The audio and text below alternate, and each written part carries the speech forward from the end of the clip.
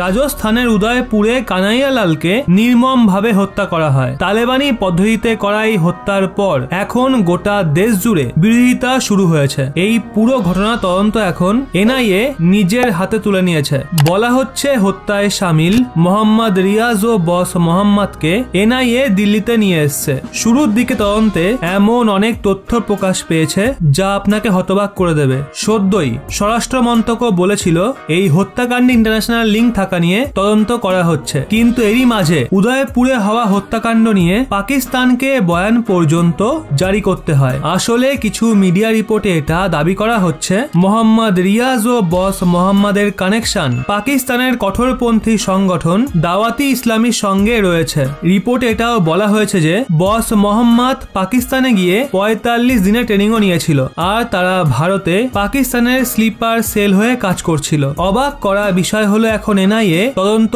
সবে শুরু করেছে, কিন্তু তার আগেই পাকিস্তান নড়ে চড়ে উঠেছে। পাকিস্তানের বিদেশ মন্ত্রক মিডিয়া রিপোর্টকে প্রত্যাখ্যান করে বলে এই দাবিগুলোতে কোনো সত্যতা নেই। জঙ্গিদের লালন পালনের জন্য বিশ্ব জুড়ে বদনাম হওয়া পাকিস্তান এখন এটা বলেছে যে তাদের অন্তরাষ্ট্রীয় ইমেজ নষ্ট করার চেষ্টা করা হচ্ছে। আচ্ছা আপনারাই বলুন তো, পাকিস্তানের কি কোনো দিনও কোনো ইমেজ ছিল? আপনাদের বলি, কানাইয়ালালের নির্মম হত্যার পর যখন তদন্ত শুরু হয় তখন কিছু এমন তথ্য সামনে আসে যে মোহাম্মদ রিয়াজ ও বস মোহাম্মদ পাকিস্তানের সংগঠন দাওয়াতি ইসলামীর সঙ্গে যুক্ত রয়েছে। দাওয়াতি ইসলামীর সঞ্চালন পাকিস্তানের করাচি শহর থেকে হয়, আর বিশ্বের অনেক দেশে তাদের নেটওয়ার্ক ছড়ানো রয়েছে। এই সংগঠন ইসলামী শিক্ষার নামে মানুষদের কঠোরপন্থী বানায় আর বিশ্বজুড়ে সারিয়া আইন লাগু করার চেষ্টা করে। বন্ধুরা আপনারাই বলুন, এই দুই নির্মম হত্যাকারীর সঙ্গে ভারত সরকারের কি করা উচিত? তাদের কতটা কঠোর থেকে কঠোরতর শাস্তি দেওয়া উচিত তা অবশ্যই কমেন্টে জানান।